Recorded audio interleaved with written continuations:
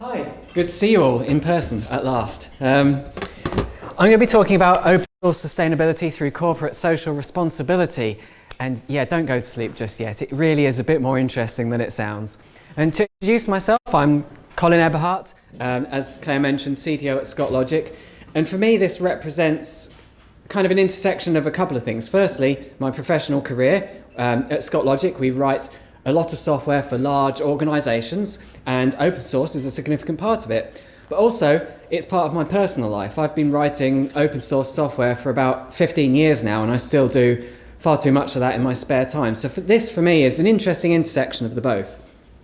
Now, I'm going to start with sustainability. Now, you may or you may not have heard, but the open source world is struggling a little bit with sustainability.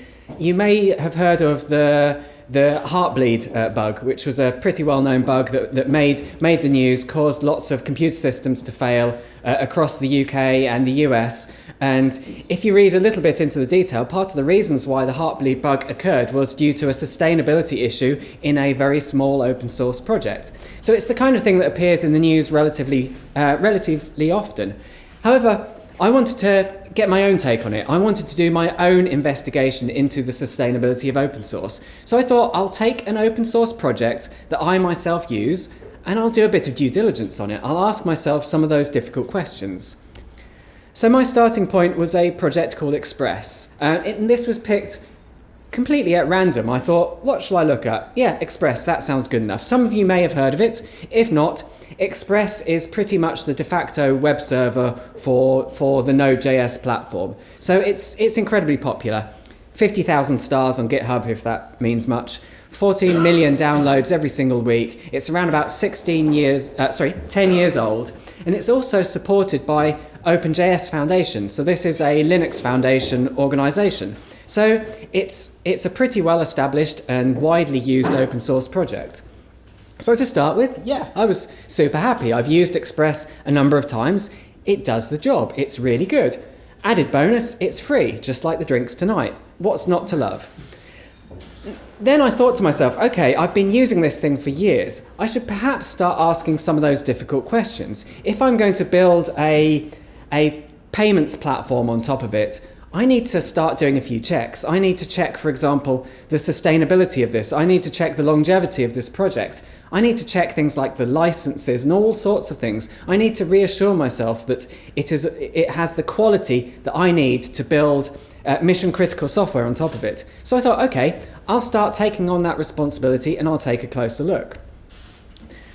So the first thing I looked at was, what actually is Express.js? Now, you might be fooled for thinking that Express.js is one project, and I guess in some senses it is. However, Express.js is made up of currently around about 45 projects. So Express is the top level project, and underneath it, it has a number of other projects that it draws on to give you the functionality you need.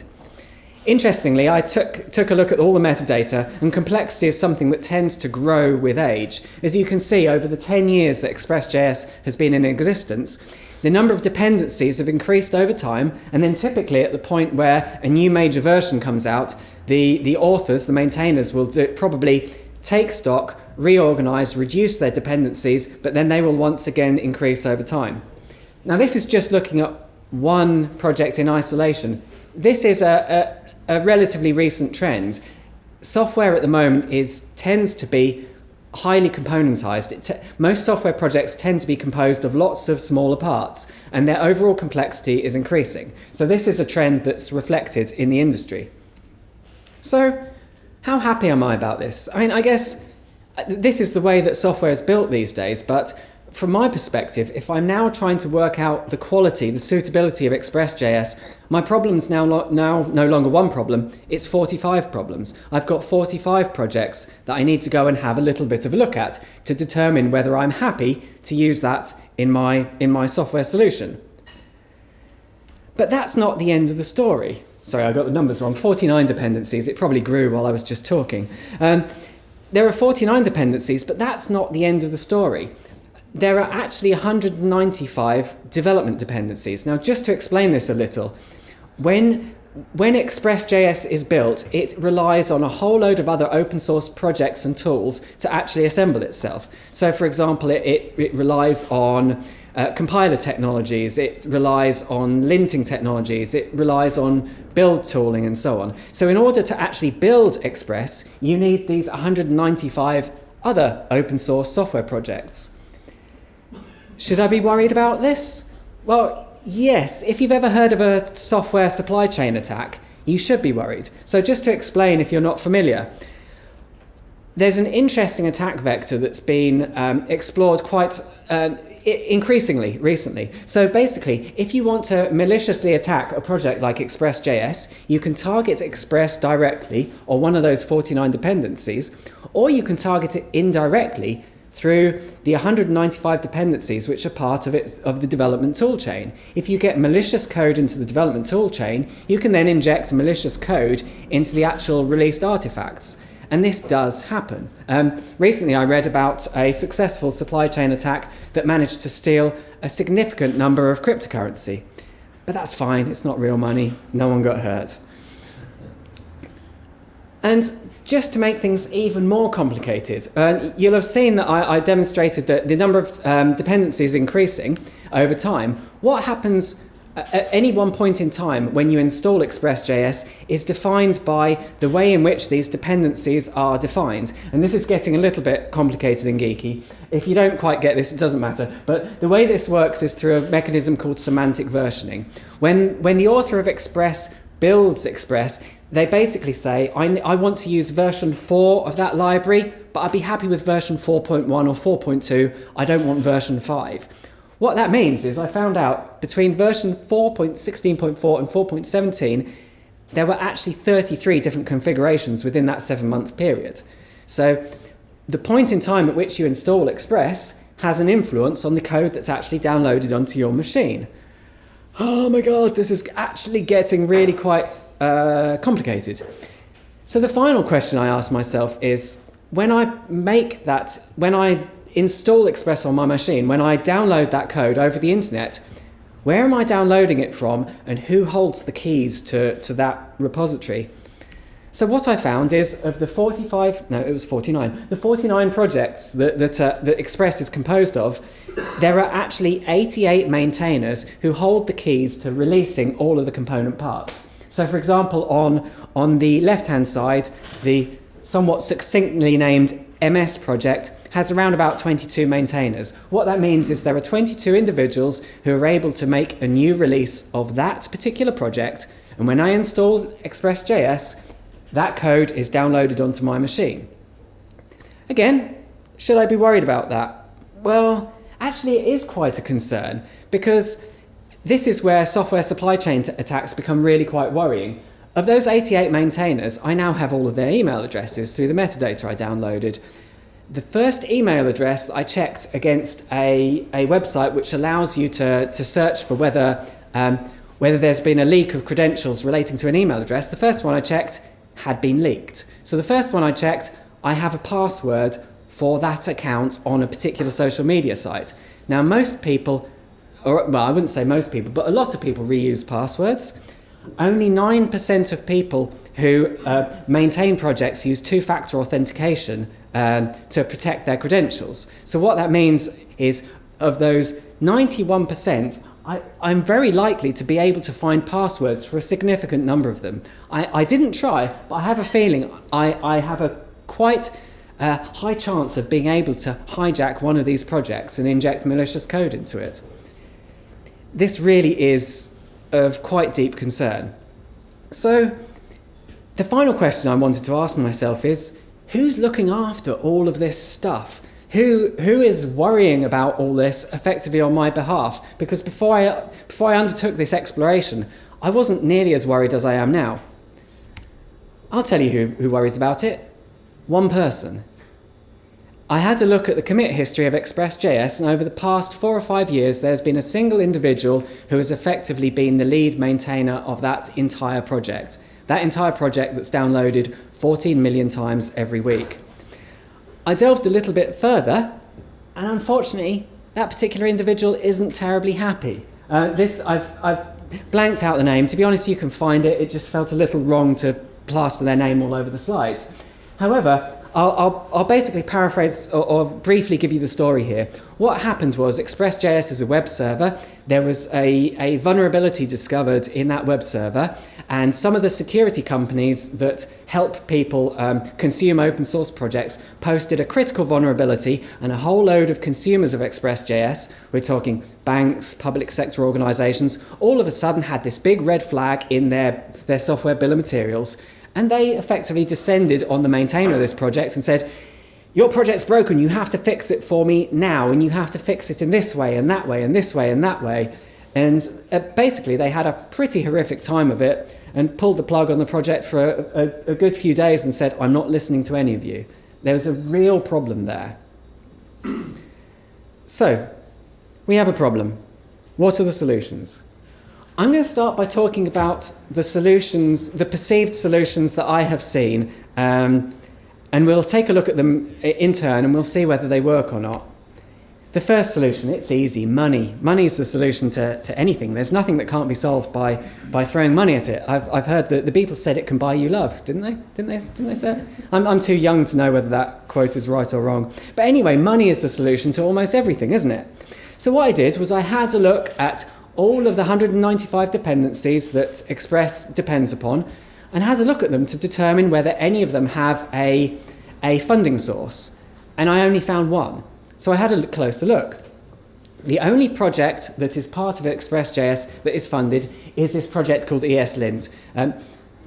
Most developers, JavaScript developers, will be familiar with this particular project. It's pretty well known.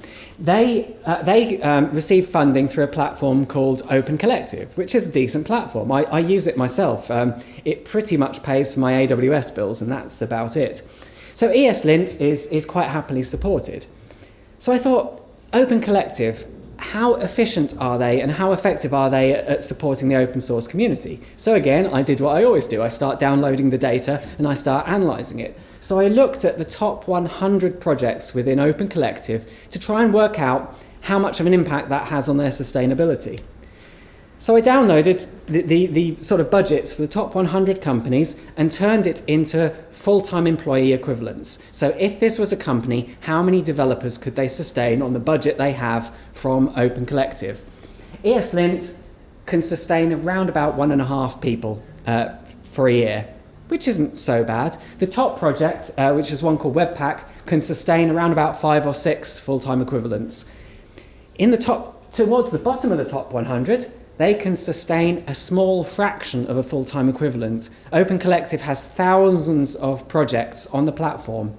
For the vast majority of them, this funding mechanism is a drop in the ocean. So clearly funding is struggling. And as I said, it's a drop in the ocean. I thought, how big is this ocean?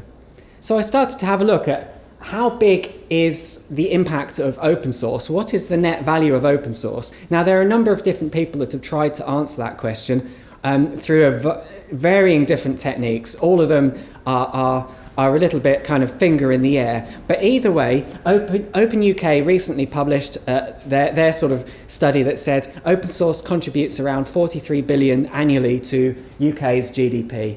Whether that's right or wrong, I don't know, but all I know is that the answer is going to be a very large number. And a very large number compared to the amount of money that goes through Open Collective. In 2020, Open Collective distributed about $500,000 in revenue. The largest funding platform I could find is one called Tidelift, which have around 40 million at their disposal. They're funded by a venture capital firm, which probably means that that money will not necessarily reach the open source projects. So what other solutions do we have at our disposal? The most common solution I see is somewhat medieval. Most companies, their solution to this problem is to build up a barrier, build up a wall around them to protect themselves from the sustainability issues that are occurring in the wider open source community. What they do is they take open source projects, they bring them into their own network and their own environment, they cleanse them, they do security scanning on them, they make them safe, and then they consume it internally. It does feel somewhat medieval. And this is actually big business. Black Duck, who you may have heard of, are a company whose business model is making it safe for enterprises to consume open source. They sold for $500 million to Synapse a couple of years ago. So again, we can see this imbalance going on. Is this a good solution? I don't really think it is. I personally think it's not an ideal solution, and I had to look around on some various blog posts, and a number of other open source maintainers agree. This quote in the top left I think really captures it quite well. There was an individual who went to an open source conference, and a lot of open source conferences have vendors who are sponsoring and selling their wares. And he had this kind of realization, and he said, so they charge a 50-person startup $30,000 a year to help them feel safe consuming the open source code that I create for free. That doesn't seem quite right. And some people, it's not fun anymore. It has a significant negative impact on the community. I hope you're not all too depressed quite yet. I personally think that to solve these problems, we genuinely need to have a look in a completely different direction. That the direction of travel at the moment, the direction of travel at the moment doesn't seem to be fixing the problem. So there are a few things that I'd propose. The first one is understanding and empathy. I think one of the big problems we have is that a lot of consumers of open source don't actually understand the open source community who are gifting their time and their code. Now, this is a huge topic of itself, and I'm not going to go into it in any detail. All I do is recommend getting a copy of this book. Actually, it's very blurred. It's by an author called Nadia Egbal, and it's called, I can't even read it, Working in Public. Basically, what she did is she interviewed a lot of open source maintainers and presents a really interesting narrative around how the open source community works, how they operate, what their motives are.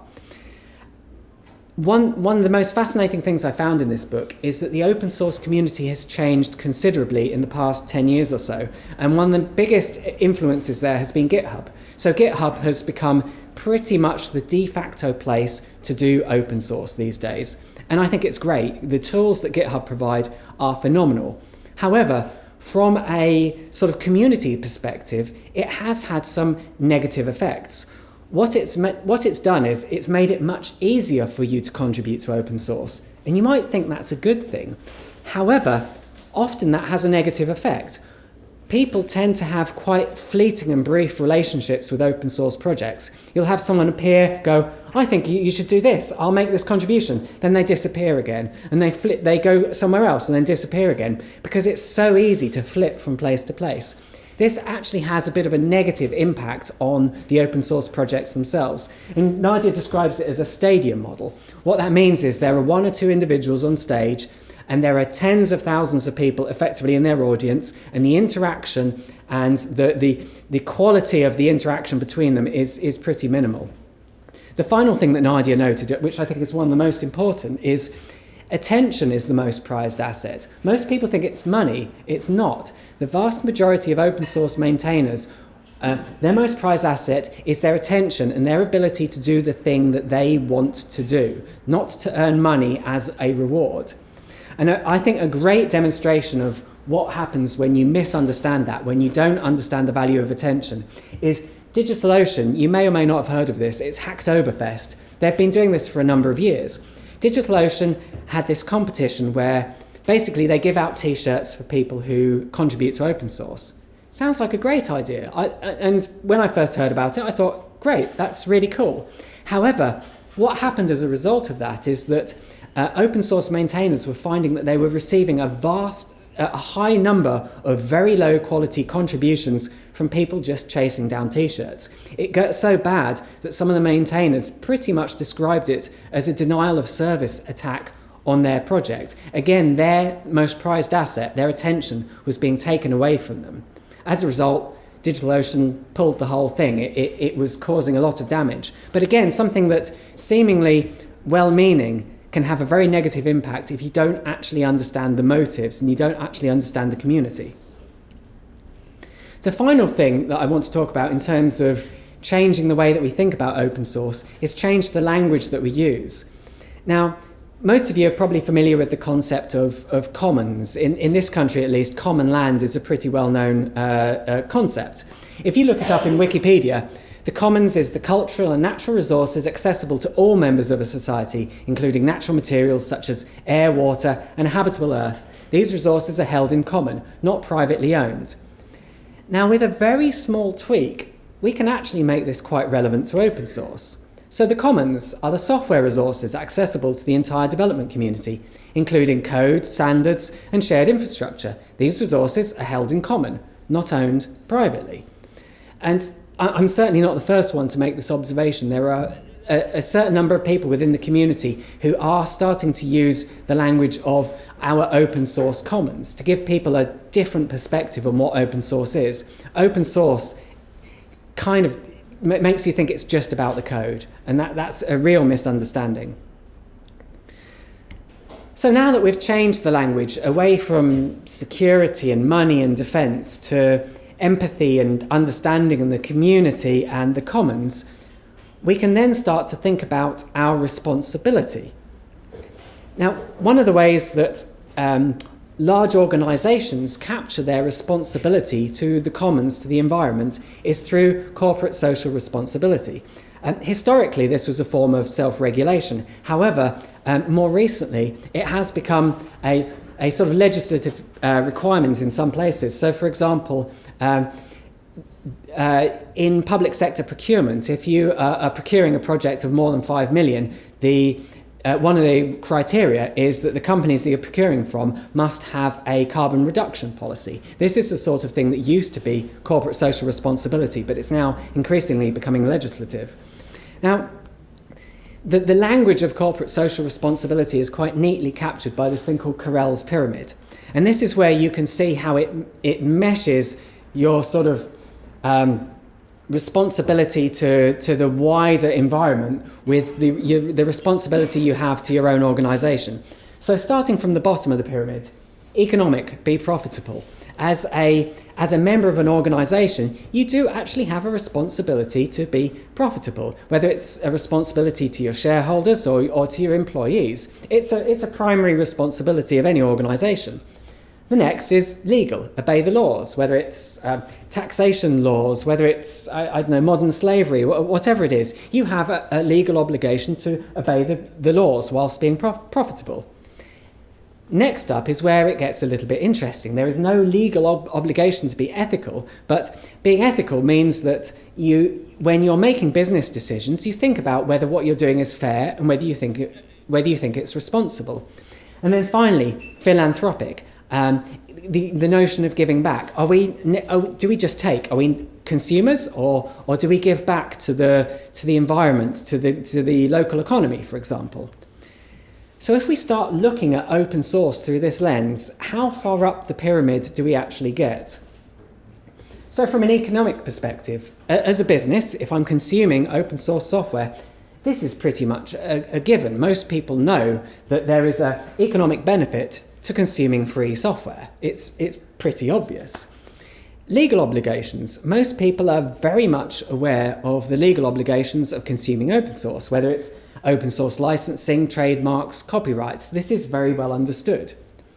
As we move up the pyramid, though, this is where there are some significant gaps. How many companies think about ethics when they consume open source software? If we go back to the sort of quotes earlier, is it ethical? Is it fair to spend $30,000 on a software product that provides additional security to give you peace of mind? Or is it more fair and responsible to somehow invest that money or the time equivalent in fixing the problem itself and working with the maintainers? There are ethical questions to be had there. And philanthropic and giving back, how many companies genuinely do look at how much they consume, take a step back and think about, do we give as much as we take? So that's the end of my talk, and I must admit, I certainly don't have all the answers, but I do feel that by changing the language a little bit, by considering it open source as our commons, by starting to think about the fragility of it, it's a precious resource that's shared by all of us. I also very much think that money is definitely not the answer. I feel we need to better understand the community, and finally, through understanding the community, we genuinely have to acknowledge our responsibility and make a commitment to giving back. Thank you very much.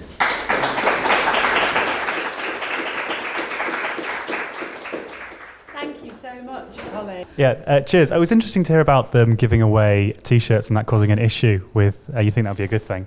There's something similar, digital version on GitHub with they're doing badges now. And there was a big one with the NASA Mars rover, I think, loads of badges for open source. Cool. Yeah. I was just wondering what your thoughts are on that. Do you think that's also a potentially negative thing for open source, encouraging small, not so great pull requests?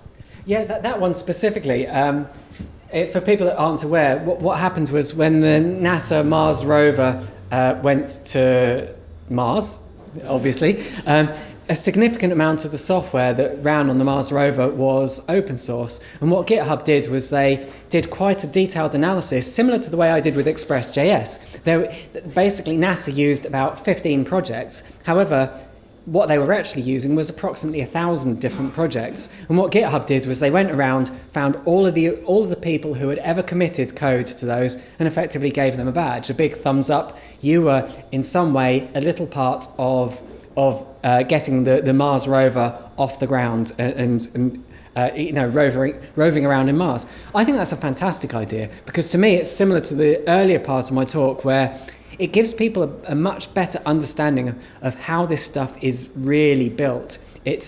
These projects are not monolithic projects with well-defined boundaries. We have quite a complex sort of spider web, quite a complex graph, which is how open source is such high quality and how it delivers such value. So that particular one, yeah, it wasn't a badge that you could go out and try to earn. It was awarded after the fact, and I think it was a fantastic idea. I was only a little disappointed that I didn't get one.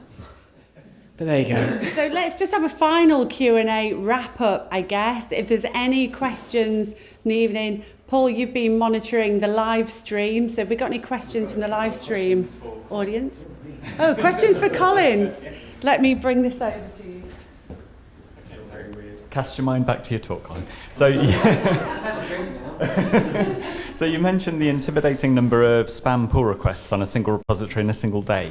How do you handle that across numerous projects in terms of time and effort management? That's tricky. To be honest, you know when I mentioned that attention is the most prized asset of a maintainer, in understanding that, I personally believe that companies that consume open source need to protect that attention, and this is exactly one of the ways that they can do that. So I would suggest if you are using an open source project, some of the things you can do is improve the documentation, improve the examples, help with issue triage. You don't necessarily have to write code, because the maintainer, probably that's what they want to do. So whilst I can't provide a direct solution to that problem, I think indirectly this is the investment that companies should be making to give back to the community. And I think it's possible that, the second question, you've answered the second question already, I think, which is how do open source maintainers manage time and effort on pull requests and assessing new contributions in general? Is that... Yeah, again, that's something that's really quite hard, because as someone who's an open source maintainer, you get a difficult kind of conflict of emotions, effectively. When you get a contribution, emotionally you want to accept it because someone has put in time and effort, but sometimes if the contribution isn't quite right, you don't have the time to be able to respond and be helpful and help shape it into something that you can accept. So it's a difficult conflict. Do I invest time in this individual, helping them shape their contribution into something that I can accept on the basis that they might contribute again and again and again, or do I, let's be fair, fob them off because I want to work on the cool stuff myself? It can get quite conflicting.